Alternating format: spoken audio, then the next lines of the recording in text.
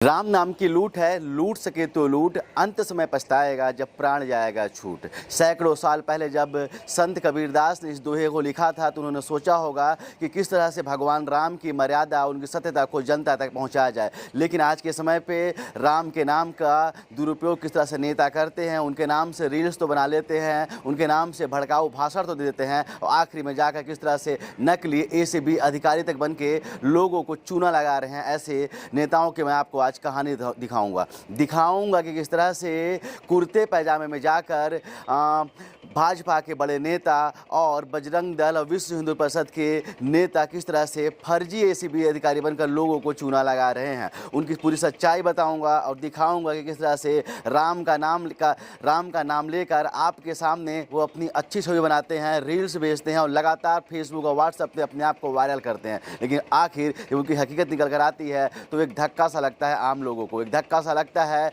उन लोगों को जो ऐसे लोगों को फॉलो करते हैं, उनको अपना आदर्श मानते हैं। जय जोहार, मैं सुनील शर्मा हूं और आप देख रहे हैं आपका अपना चैनल अब तक भारत। चैनल को सब्सक्राइब जरूर कर लीजिएगा, क्योंकि बिना बोले आप सब्सक्राइब नहीं करते हैं। हमारा हौसला बढ़ाइए और इस पूरी कहानी को जरूर सुनिएगा।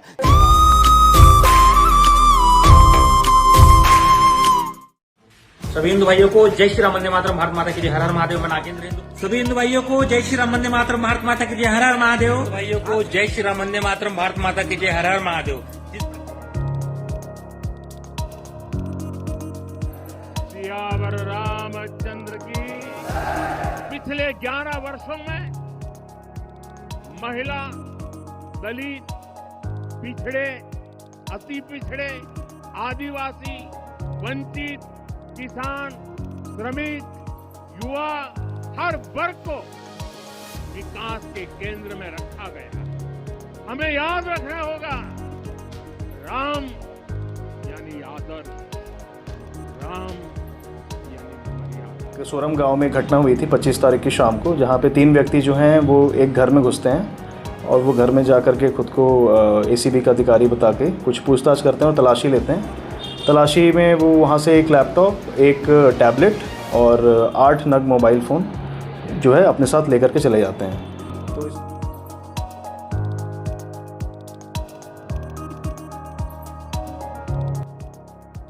अभी 2 दिन पहले ही देश के यशस्वी प्रधानमंत्री नरेंद्र मोदी ने अयोध्या से बोला था कि देश में राम राज्य आ गया। उन्होंने ध्वजा पताका फहराया था और वहां से पूरे देशवासियों को धर्म की राह पर चलने की और मर्यादा पर रहने की नसीहत दी थी। वो बोला था कि अब तो राम राज्य आ गया है, अब आपको चिंता करने की कोई ज़रूरत नहीं है। अब सबसे पहले इस सीसीटीवी वीडियो को देखिए जिसमें 3 शख्स दिखाई दे रहे होंगे। ये तीनों के तीनों बीजेपी के नेता हैं। आपको बता दूँ, इसमें से एक व्यक्ति जो है वो भाजपा का कोरिया जिले का जिला अध्यक्ष है। उसके साथ में देखने वाले 2 शख्स बजरंग दल के और विश्व हिंदू परिषद से जुड़े हुए बताए जाते हैं। इनका पोस्ट भी आप फेसबुक पे देख सकते हैं। गालियों की बौछार है, अपने आप को कभी कहीं पर आरंभ है प्रचंड या फिर जेकर बाघ का करेजा लेके इस तरह से रील्स बनाए हुए इनके काफ़ी सारे वीडियोस दिख जाएंगे जिसमें ये लोगों को भड़काते हुए दिख जाएंगे। आप देख लेंगे किस तरह से ये सब गंदी भाषाओं का प्रयोग अपने फेसबुक करते हैं, इसलिए हम इनका प्रचार नहीं कर सकते। लेकिन हाँ, बताएंगे जरूर कि किस तरह से ये अपने आप को संस्कृति का रक्षक कहते हैं, बताते हैं कि हम हिंदूवादी योद्धा हैं, इनके बिना हिंदू खतरे में आ जाएगा, कई सारी बातें करते हैं। लेकिन समझिए ये जो तीनों के तीनों जो है ना, कोरिया जिला से जाकर धमतरी जिले पे वहाँ पर नकली एसीबी अधिकारी बनकर एक घर को लूट रहे हैं। आपको बताऊंगा कि किस तरह से तीनों के तीनों जाते हैं वहाँ पर नकली एसीबी अधिकारी बनकर के वहाँ उस घर पे लैपटॉप और वहाँ के मोबाइल्स को अपने कब्जे पे ले लेते हैं और बोलते हैं कि अगर आगे कार्रवाई नहीं करनी है तो रायपुर आओ, हमसे डील कर लो। आपको बताऊँगा किस तरह से ये जो नेता हैं, जो बड़े बड़े नेता हैं, 5 ब्रांड नेता हैं, ये किस तरह से गहने और कैश नहीं मिलने पर सिर्फ और सिर्फ मोबाइल और लैपटॉप से काम चला लेते हैं। ऐसे में एक सवाल उठता है कि जब देश विश्व गुरु बन गया है, भारत में राम राज्य चल रहा है, तो ऐसे भाजपाइयों को जिनके बिना हमारा हिंदू धर्म संकट में पड़ जाएगा, इनको नकली एसीबी अधिकारी बनकर क्यों छापा मारना पड़ा? अरे भाई, जब राम राज्य है, देश विश्व गुरु हो गया है, भारत के विदेश में डंका बज रहा है और भारत में सब कोई कुशल है, सब कोई खुशी है, नौकरियों का अंबार अंबार है, खुशियों का अंबार है, तो आपको ऐसे नकली एसीबी अधिकारी बनने की क्या जरूरत पड़ गई? आप लोगों के चक्कर में कहीं ऐसा ना हो कि एक दिन सच में कोई असली अधिकारी छापा मारने पर आए और उसको नकली अधिकारी समझ लिया जाए और उसकी कुटाई कर दे जनता। खतरा तो उस ऐसे अधिकारियों को भी है जो ईमानदारी से कार्य करते हैं, खतरा तो ऐसे अधिकारियों को भी है जो जोखिम मोल लेते हैं और कहीं ना कहीं ईमानदारी पूर्वक कार्य करके ऐसे भ्रष्ट लोगों को पकड़ते हैं। लेकिन आप लोग अगर जाएंगे ऐसे अधिकारी बन करके तो हो सकता है कि उनके ऊपर ना दिक्कत आ जाए। तो एक सवाल उठता है कि आखिर भारतीय जनता पार्टी के जिला अध्यक्ष को नकली एसीबी बनकर छापा मारने जाने की क्या जरूरत पड़ गई थी? आपको बता दूं कि भारतीय जनता पार्टी के जो जिला अध्यक्ष हितेश प्रताप सिंह है, कहीं ना कहीं वो हमारे दोस्त भी होते हैं। हम एक ही जिला से आते हैं और इसके साथ में जब मैंने ये खबर सुनी तो मुझे भी भरोसा नहीं हुआ कि आखिर एक योग्य और अपने जीवन में कई राजनीतिक ऊंचाइयां छूने वाला व्यक्ति आखिर ऐसा क्यों कर रहा है। आखिर जब हमारे देश के प्रधानमंत्री बोलते हैं कि देश में सब कुछ चंगा है, तो हम एक सवाल पूछना चाहते हैं हमारे ऐसे युवा नेताओं से कि आखिर क्या उनको हमारे देश के प्रधानमंत्री पे तनिक भी भरोसा नहीं रहा है? क्या इन्हें भी लगता है कि देश में महंगाई की मार है? क्या इन्हें भी लगता है कि वो सीधे तरीके से अपनी ज़रूरतें अब पूरा नहीं कर सकते हैं? क्या उन्हें भी लगता है कि देश में बेरोजगारी है? क्या उन्हें अभी भी लगता है कि सिर्फ चंद लोगों के पास ही देश का अकूत धन है और बाकी जनता निर्धन है, जैसे कि आप लोग हो जिसके कारण आप लोग एसीबी बनकर, फर्जी एसीबी बनकर छापा मारने गए थे? क्या आपको भी लगता है कि देश की अधिकतर जनता सिर्फ और सिर्फ 35 किलो चावल पर निर्भर है? अगर आपको ऐसा लगता है तो हम आपके साथ हैं, हमारी संवेदनाएं आपके साथ हैं। लेकिन अगर आपको ऐसा नहीं लगता है, अगर आपको लगता है कि सब कुछ सही चल रहा है जैसा कि देश के प्रधानमंत्री मोदी ने बोला था, क्योंकि आप लोग भर भर कर पोस्ट करते हैं नरेंद्र मोदी जिंदाबाद और उनके हर चीज़ों को लगातार पोस्ट करते हैं और दिखाते हैं, अपने फेसबुक पेज में दिखाते हैं, अपने इंस्टाग्राम में कि किस तरह सब कुछ सही चल रहा है, तो आखिर आपको ऐसे करने की क्या जरूरत पड़ गई? अगर ऐसा है और सब कुछ सही चल रहा है, उसके बाद में अगर ऐसी हरकत करते हैं तो हम प्रशासन से अनुरोध करेंगे कि ऐसे लोगों पर सख्त से कार्रवाई की जाए। अब समझिए कि किस तरह से भाजपा के एक जो वर्तमान जिलाध्यक्ष हैं किस तरह से एक फर्जी एसीबी बन करके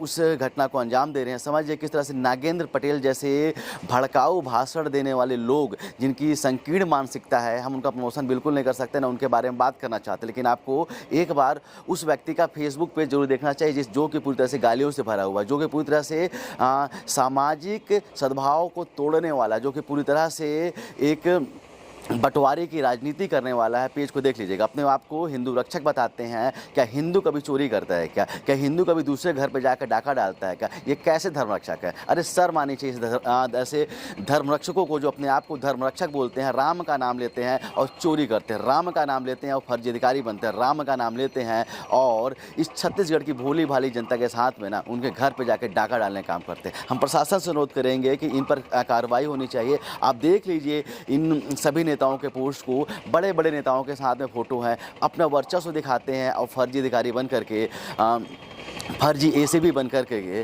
किस तरह से घटिया कामों को, छोटी छोटी चिंदी चोरियां कर रहे हैं। समझिए किस तरह से रामचंद्र देवांगन जैसे अधिकारी जो कि पूर्व फौजी भी थे, फौज में रहकर खाना बनाने का कार्य करते थे। समझिए ऐसे अधिकारियों को, ऐसे लोगों को आखिर क्या हो गया? आखिर देश किस दिशा पे जा रहा है कि पूर्व फौजी को भी इस तरह की हरकतें करनी पड़ रही है? आखिर देश किस दिशा पे जा रहा है कि उन जैसे लोगों को सीधे तरीके से अपना पेट पालना ही मुश्किल हो गया है और दिखाया तो ऐसा जाता है कि हम विश्वगुरु बन गए, दिखाया तो ऐसा जाता है कि हम सबसे खुशहाल देशों में से एक है। लेकिन समझिए जब उन्हीं के पार्टी के कार्यकर्ता जो अपने आप को पूरे विश्व की सबसे बड़ी पार्टी होने का दावा करती है, उनके कार्यकर्ता जब इस तरह से कार्रवाइयों पर, इस तरह के ठगी की कार्रवाई पे, ठगी की जो हरकत है उसमें इन्वॉल्व होते हैं और उसके बाद में लोगों को झूठ बोल करके लोगों घर में छापा मारते हैं और ऐसी कार्रवाइयाँ करते हैं, ऐसी धोखेबाजी करती हैं, तो ऐसे लोगों पर क्या कार्रवाई होनी चाहिए? आप समझिए अभी के समय पे जब हम इस खबर को रिकॉर्ड कर रहे हैं तो 2 आरोपी नागेंद्र पटेल और रामचंद्र देवांगन को गिरफ्तार कर लिया गया। तीसरा आरोपी हितेश प्रताप सिंह अभी फरार बताया जा रहा है। लेकिन सवाल फिर वही उठता है कि क्यों देश के युवा ऐसे फर्जी एसीबी बन रहे हैं? कहीं ना कहीं जो अपना राजनीतिक कैरियर काफ़ी उज्जवल कर सकते थे, अपने आप को एक बड़ा नेता स्थापित कर सकते थे, आखिर जो संपन्न घर से आते हैं, आखिर उन्हें ऐसा क्यों करना पड़ रहा है? क्या जो बीजेपी दावा करती है कि सब कुछ चंगा चल रहा है, सब कुछ बहुत अच्छी तरह से चल रहा है। क्या वो सच में ऐसा है या फिर बीजेपी का भी कार्यकर्ता जानता है कि सब कुछ सही नहीं है? बीजेपी का भी कार्यकर्ता जानता है कि पेट पालना भी मुश्किल हो गया है, दावे भरे लाख बड़े बड़े हों, लेकिन सच्चाई कहीं ना कहीं इतर है। आप इस बारे में क्या सोचते हैं? आपका क्या राय है? क्या ऐसे जो हितेश प्रताप सिंह जैसे जो अभी के समय पे भाजपा जिला अध्यक्ष की कमान संभाले हुए हैं, क्या ऐसे नेताओं को सब करना चाहिए? आखिर क्या मजबूरी हो सकती है और आखिर ऐसे लोगों पर क्या कार्रवाई की जाए? कमेंट करके ज़रूर बताइएगा। जय हिंद।